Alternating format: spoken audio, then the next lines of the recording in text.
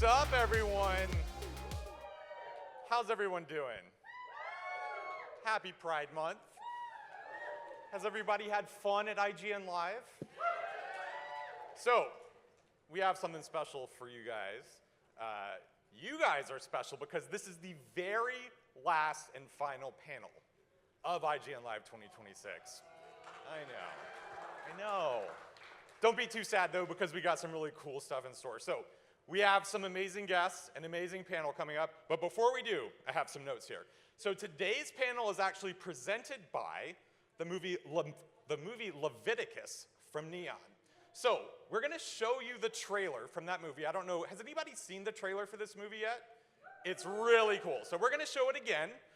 But after, we have a special pre-recorded message from the director of the movie, Adrian Chiarella, and one of the stars of the movie, Joe Bird. So we asked them about queer representation, why it's important in Leviticus particularly. So we're going to watch the trailer, we're going to see those clips, and then we're going to start our panel. See you in a second.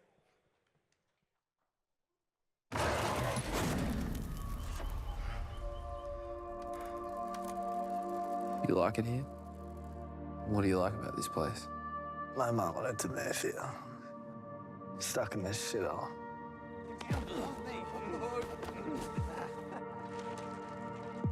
So, there's nothing you like about this place? Nothing.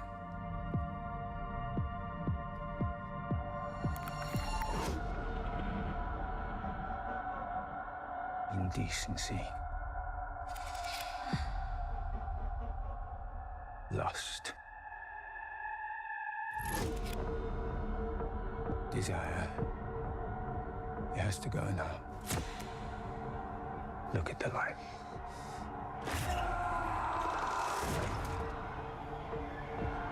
Ryan?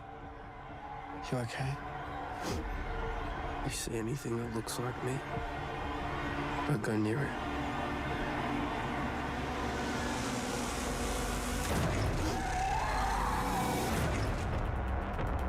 It comes when no one else is around. Nothing can make it stop. Open it! It's gonna kill him!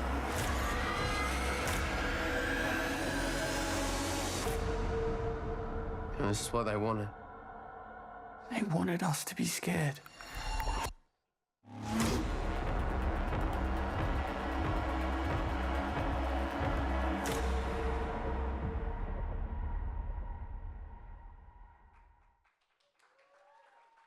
And yeah, I think I remember first getting sent the script and reading all these characters, seeing name, and just realizing that all these multifaceted characters have so much depth to them, and everybody is different, and that these boys, I guess, in this town are being faced by this homophobia in their kind of community.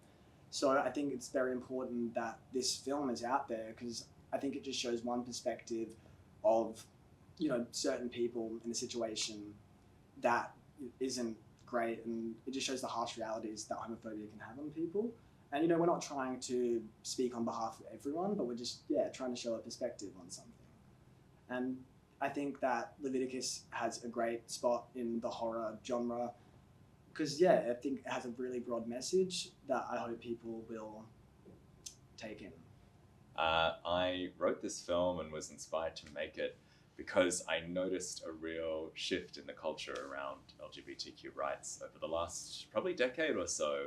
I grew up in a time where, being a gay man, I saw lots of rights improve for us, but then something happened in the last few years, and I noticed the conversation and the rhetoric around homophobia seemed to get a little bit more intense, and I wanted to do something about that as a filmmaker. And it was important to me, this film, because I really reached back to my own memories of what I turned to when I was growing up. And I was going through that phase of self-discovery and felt that sense of a slight destabilization when I was learning to deal with these new feelings and my identity. And one of the things I turned to was horror movies. And I know a lot of queer people related to that. So when we made this film, we looked at the whole history of horror films from around the world, and I really drew on that for a lot of inspiration. and it was a really great joy for me to be able to tap into that. Looks pretty cool, right? I'm really excited to see that movie. So, now, Leviticus, by the way, in theaters, I think as you saw in the trailer, June 19th. So without any further ado, we are going to introduce our amazing panelists. So, first, you may know her as the senior lore keeper of a little thing called Critical Role, or as the writer of the ongoing paranormal romance webcomic, The Witch Wolf.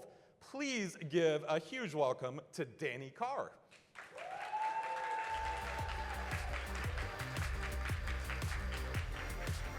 And speaking of Witch Wolf, we also have on our panel illustrator, artist, and co-writer Bree Williams.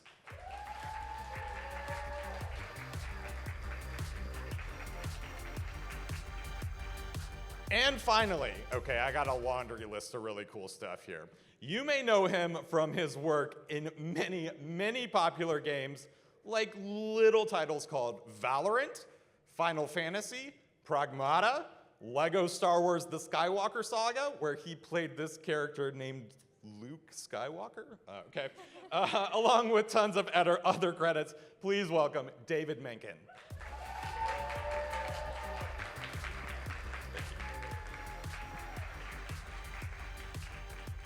Thank you guys for being here. Our last panel of IGN Live. It's a very special one. Thank you so much. Thank you for having us. Thank you so much. Absolutely. So we saw this trailer and these messages from this cool new horror movie, Leviticus. You heard Adrian and Joe talk about, the importance of representation in horror and in all types of fiction. David, I want to start with you. Sure. Sure, thanks. We're in an interesting place right now where we have some titles, whether it be games, TV, movies, what have you, where the story is very much about the queer experience. It fictionalizes that, but some things are just like the characters happen to be queer, and that's just not incidental, but it is what it is. So this may sound like a basic question, but I think it's important.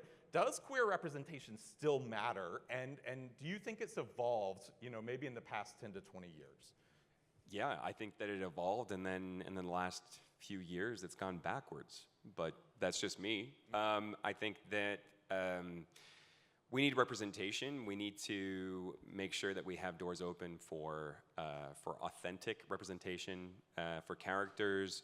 And at the same time, I get to play a lot of traditionally het Chad characters. Luke, maybe? Depending on where he is in his life. But that's another panel, he can be very whiny. We don't make assumptions. But the thing is that I get to surprise people when they find out about me, when they start digging. But the thing is, I want to make sure that the characters that I play are as real as possible, even though they can be fantastical. But sometimes I bring my own experience to them because I sometimes play these characters that are a little bit weird and a little bit off base and maybe don't fit in. Maybe they're also antagonists, but I feel that I can bring a lot of extra sauce to the work that I do, and then sometimes I get to play someone authentically queer or gay, and it's amazing.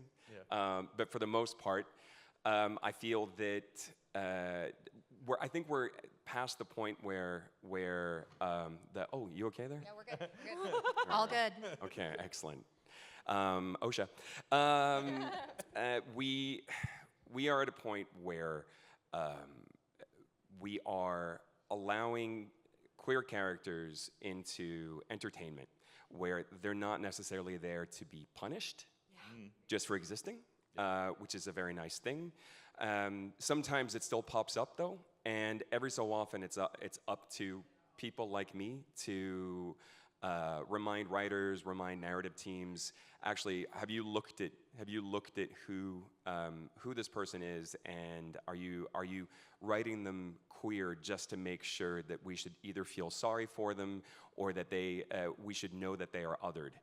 It's such a strange mix of things that we have to deal with still, but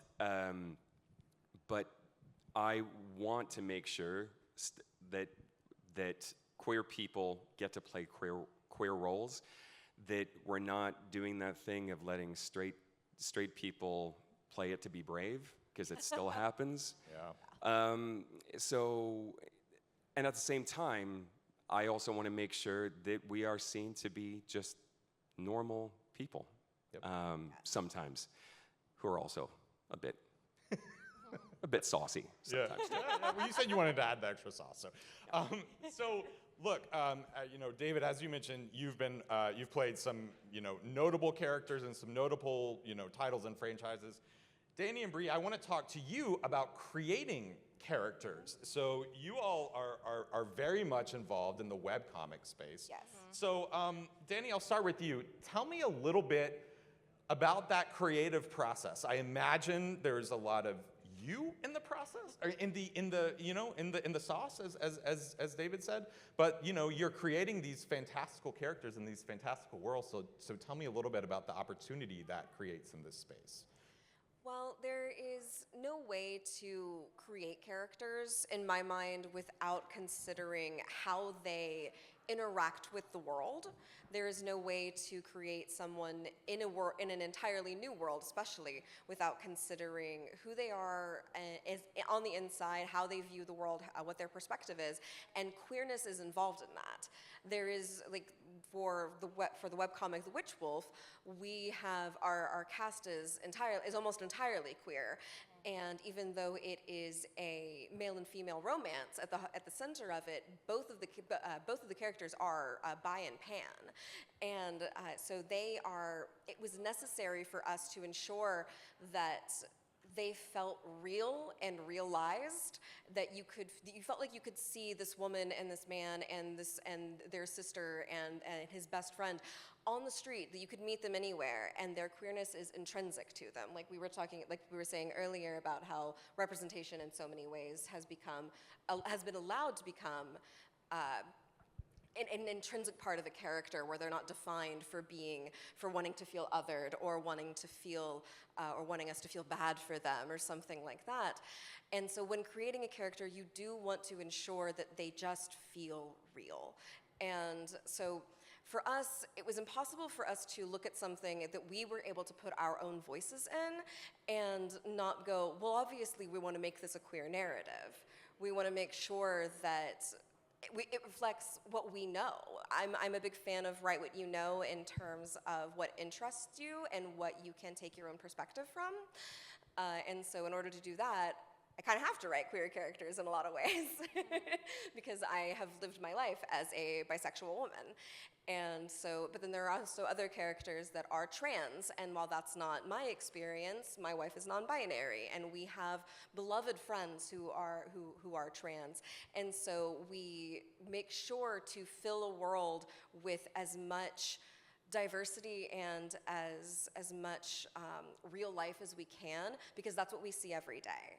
And if you don't see that, I think it's just that you're not paying enough attention, because there are people of different backgrounds and people of different cultures and people of different sexualities and genders all around you. And all you have to do is sort of pay attention to the world, and that will allow the world you're creating to thus be more varied and brilliant. Yeah. Very well said. Bree, look, we're looking at some of y'all's work here, which is I drew those awesome. guys. Yeah, awesome. That's great. Thank you. I think they're cute. Yeah. So look, kind of continuing on that theme. One of the things that I think is cool about illustration and webcomics and comics in general is, if you're a talented artist like you are, obviously, you can take these themes that we're talking about and you can make them look like whatever you want. You can. I don't want to say it's easy, because it's not easy, but as opposed to a 3-year-long movie or something like that. You can come up with something like this. You can build these worlds for people based on your own rules, based on only answering to yourself. So tell me a little bit about, I don't know, tell me a little bit about the challenges and also the opportunities that y'all are writing these things together. When you illustrate these things, you're thinking about your audience. What does that feel like? You mentioned that it gives an advantage over, say, making a movie. Yeah. And that's entirely true. Yeah. Like, that is one of the primary reasons I work in comics as much as I do, because it is a visual medium that enables a small team of even 1 or 2 people to create a fully realized narrative and a fully realized world of fully realized characters. So there is just a much lower barrier of entry in terms of making your stories real and making worlds you want to see. And that provides so much agency to the artist. You know, I don't have to negotiate a film crew or hundreds of thousands of dollars in funding. I don't have to ask anyone for permission to make art. Sure. And you know, I would love to work in film, sure. I would love to do a lot of projects down the line, but comics are where my heart is because it gives the artist tremendous agency. Yeah. And you can shape the world as you see fit, and it disseminates so widely. And it's such a gift to me to be able to shape our characters and to try really hard to make sure that they visually represent everything that is internal to that character. You know, like, I want our main character Evie to look queer, and you know, she's bi, and even if she is in a het-facing relationship, it's important to me that she looks and feels authentic. Sure. You know, and that's the same with all our characters. Absolutely. David, I want to kind of go back to something that you were talking about a minute ago. So our producer pulled this quote. I hope this isn't putting you on the spot. That you gave an interview with Gaming Magazine a little while back, and you said, so you were, as we mentioned, you were in Xenoblade Chronicles 2, which is a little video game. You're going to get me in trouble again? Am I? Yeah. Well, let me just ask you this. We don't want to get you in trouble. No, that's great. Okay, we'll get I you like in being trouble. in trouble. It's okay. It's fine. But you said that you know, Mallows from Xenoblade Chronicles 2 is actually in love with, you know, you weren't sure where it said, it didn't say anywhere exactly that Mallows was in love with Jin, but come on, I think is your phrase. So look, there we go. Look at it. Ooh, look at that. Come on. So, I mean, look, kind of going back to what you were saying earlier. You can't see his hips in this. Yeah. Trust me, the hips give it This away. is a still. This isn't motion. You can see it in here. the jawline. But no, I guess it just kind of going back to your career particularly, you know, as you've been in a lot of interesting games and franchises, do you hope that you get to play more explicitly queer characters, or is it just about the character and you as an actor you bring what you're going to bring to it? Well, I think recently I just played my first like fully out queer character, and that was in Vampire the Masquerade Bloodlines 2. And I played a gay Nosferatu. That's kind of redundant, maybe. He was not hiding, unlike the rest of his clan. He was enjoying everything, and he was sassy as all hell as well. But I do feel that that it is something that I don't necessarily get seen for, because I sort of come in and they go, okay, well, that's a dude. And then I guess I came in and they saw this and they're like, yeah, that's him, and he just happens to be queer. Hi, Tolly. What a guy. Yeah, but anyway, he's loving it, and the thing is that sort of, you know, I found out that he was somebody who grew up in the 80s in San Francisco, and he didn't want to die. He was dying, and he didn't want to die, and he then got kissed.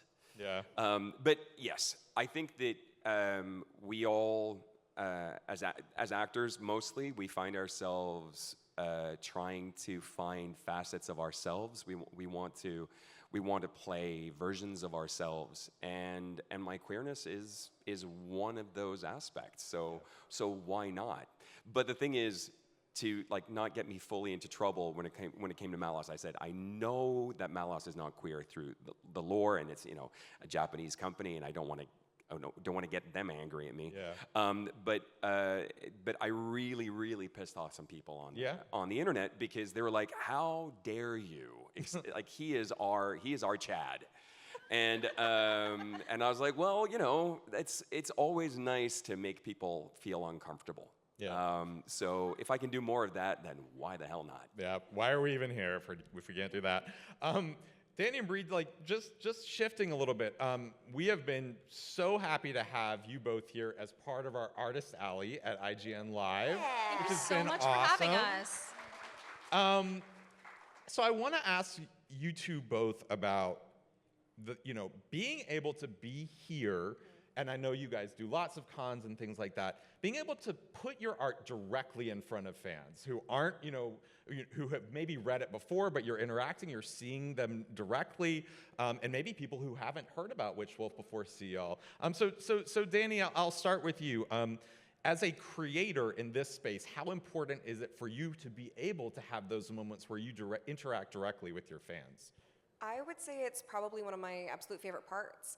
The thing I want most of all is to be able to reach people individually. Yeah. And because the most important thing to me, well, I can't say most important because I feel like that's weighting things unfairly, but one of the most important things to me is to be able to reach people on an individual level. I find that that's where acceptance comes from, and that's where change comes from, is finding each individual person and looking them in the eyes and saying, I see you. I want you to feel held. I want you to feel understood.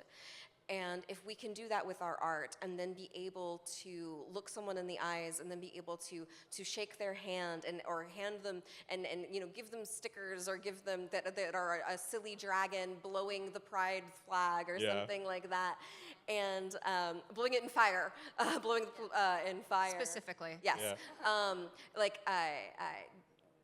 To be able to say with our every breath, you are held, you are loved, then that is the most important thing that I could ever do as a person. Yeah. Even if it's to reach one person, if it's to reach 5 people, that matters more to me than anything else. Absolutely.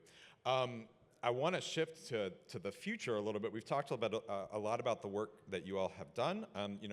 I don't want you all to spoil anything, or do, please, whatever, So Bree, I want to talk, you all have a series of novels in the works I hear, which will be really exciting. So tell me a little bit, tell us what you can about that and what y'all are looking at. I would love to.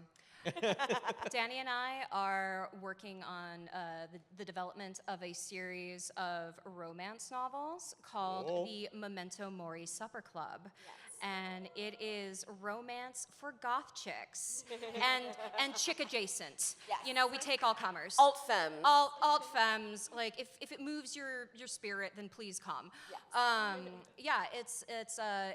As currently we're looking at a quartet of novels, and it circles around a group of friends of queer femmes who come together to once a month to have a supper club, and they are bound by individual experiences and relationships with death specifically, and how they remind themselves that life is for the living. Yeah.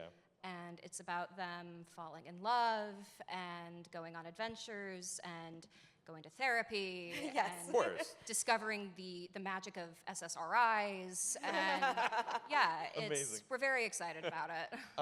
Not to put you on the spot, but look, I mean, who knows what things bring? We see so many adaptations of fantasy romance stories. Do you all have any dream casting? Say it got picked up after y'all read it. You have any dream casting? Oh my gosh. Ooh, dream castings. I think it'd be really interesting. There's one character who we're starting with. Her name is Freddie. She's plus size. I think it'd be really interesting to see someone to see someone who, and maybe more of like an unknown sort of Oh, vibe. cool, yeah. But definitely want to see just somebody who's like actually like bodily interpreting her and things like that. So would want to make sure to see actual plus-size casting for a plus-size main character. Nice. Yeah, we have a pretty diverse cast great. because it's based in the Pacific Northwest, where I'm from, Yeah. which is an extremely diverse place, and it's important to me that Yeah. that Yeah. feels realistic and represented. And if we were to do dream castings, it would be important to me that Freddie's Korean-American love interest would be played by a Korean actress. Yeah. You know, that kind of Yeah. thing. Oh my gosh, what if we got Arden Cho? Oh my Voice God. of Rumi from Huntress. Okay, so that's a dream Okay, casting all right right, there, all right, right there. All right, well, so we're writing that one down. y'all Yeah, are- nailed it. Put that on the vision board. Gosh. David, you have been, we're so happy to have you here at IGN Live. You've been around at Summer Game Fest all weekend. You have a little project coming up called Hellraiser, which maybe some people have heard of. I know you can't talk a lot about it, but what can you tell us about it? It's not sexy at all. What? It's not camp at all. And it is definitely not gory. It is, it's being made by Saber, and it is fantastic. I got to play some of it today. I was quite bad at it, but you get to bludgeon, you get to dismember, you get to really find the gore, and then my favorite thing about it is that this is open. People know about this, but the protagonist, who is not me, has to run around very injured and very naked throughout the first section of the game, and if you happen to look down, you will see peen. So, so take that as an endorsement or not. I believe this is a first for us at an IGN Live panel. Yes. So I mean, So, I think you sold the Hellraiser game. revival. We'll all be playing. Amazing. Look, we're I'm almost in out trouble again. We're almost out of time, but I want to ask you guys just one quick fire question. I don't want to be reductive about it, but in your experience, whether it was in your youth, your career, your adulthood, do you have a queer character from any form of fiction that was the most like inspirational for you, or that you looked at and you saw yourself in? Could y'all narrow that down to one character? Okay, Bree, I'll start with you. You nod your head. It's a complicated relationship, honestly, because mine was Willow Oh, from okay. Buffy the Vampire Slayer. Okay. I saw myself profoundly in her, and I remember a scene where she was sitting in the car with her original boyfriend, Oz, and telling him that she's my girl. And like, I was like, yeah. Yeah. And she goes, I'm gay. I was like, no. And I remember that moment like cutting really deeply Sure. because to my heart, she was bisexual, like me. And there was this moment of erasure. So this incredibly important character that gave me voice and made me feel seen kind of ripped it out from under me again. And it was a complicated moment for me that has, I think, shaped my art going forward evermore. Dani? Willow's a great pull. Yeah. That's such an interesting character, especially to pick, as Bree and I are very close to the same age, but because I also very vividly remember Willow and Tara in Buffy the Vampire Slayer. And while I agree, because there's different sorts of ways to do representation. Like a woman who thinks that she is straight can discover she is bisexual, or she can discover she is maybe thought she's bisexual and discover she's a lesbian, sort of things like that. But that's why you need these stories to be able to tell lots of different perspectives, because everybody's journey is completely different.